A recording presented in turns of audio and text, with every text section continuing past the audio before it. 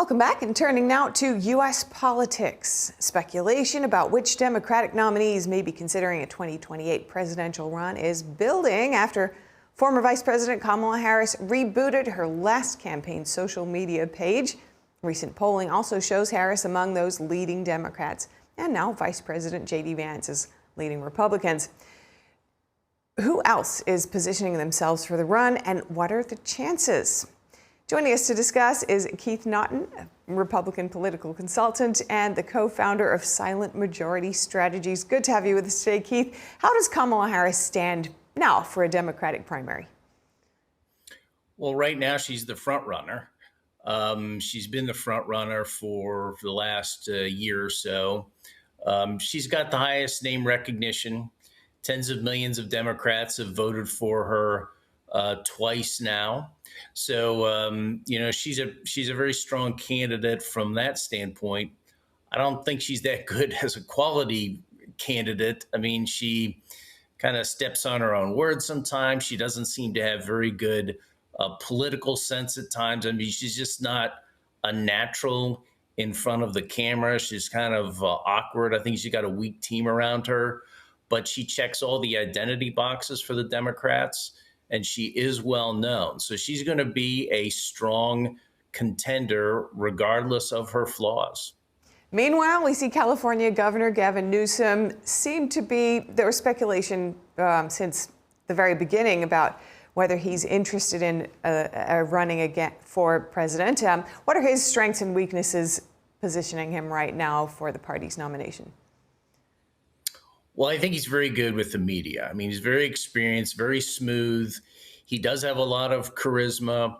There isn't a camera that he won't turn to, there isn't anything he won't do to get in front of that camera, to get in front of people's faces. He's got a very experienced team around him. His problem is his substance. I mean, California's been a mess. Under his governorship, they've been having net out-migration for every single year. That's never happened before. California's gained congressional seats ever since 1850 until he showed up. Now they're losing seats. They've got major deficits, problems with development. He's got a lot of policy challenges. So the question is whether the Democratic electorate are going to just go for the charisma and the flash.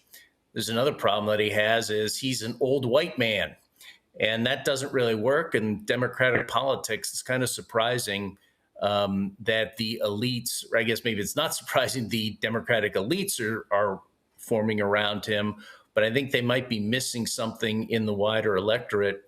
He does well with older people. He does well with white voters.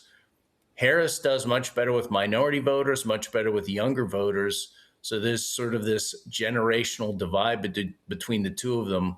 But right now, it's a two-person race between the two of them.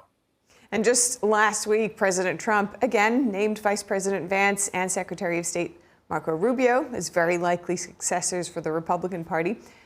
How do they currently match up? Well, Vance is by far the best contender. He's by far in lead of any polling.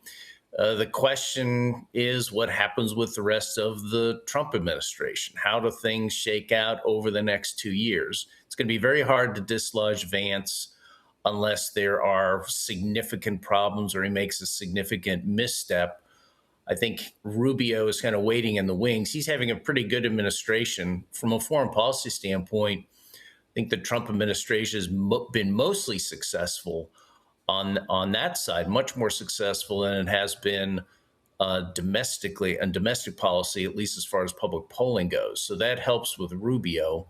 But Vance is by far the leader. It's just a matter of whether he can kind of keep it together and if the administration has a good couple of years. And what kind of lessons would you offer each candidate going forward, say from the last election, but also individually for their own positioning to help deliver victory come Election Day?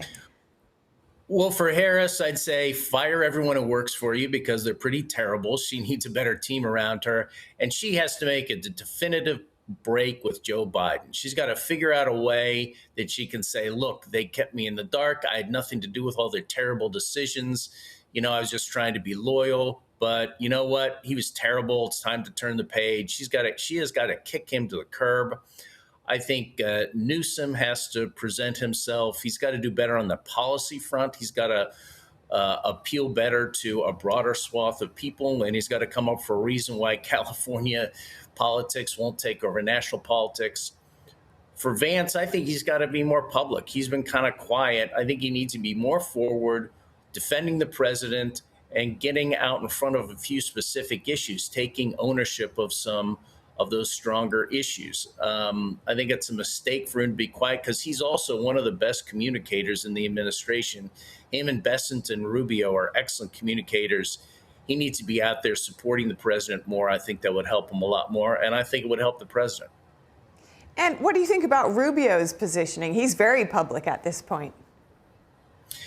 He is, and I think he is by necessity because there's so much foreign policy focus with this administration and security policy. I think he should keep doing what he's doing. As long as we're notching up successes, that's good. I think something that's going to help Rubio a lot is if Trump and Rubio can knock out this repressive Cuban regime supported by Russia and the CCP. If he can knock those folks out of power, then that is a huge victory, and I think that's going to be a big one in his column. So 2028, and it's good for the Cuban people, I should add. Indeed. So the 2028 elections, of course, are quite far off in most people's awareness right now. 2026, we've still got the midterms just around the corner.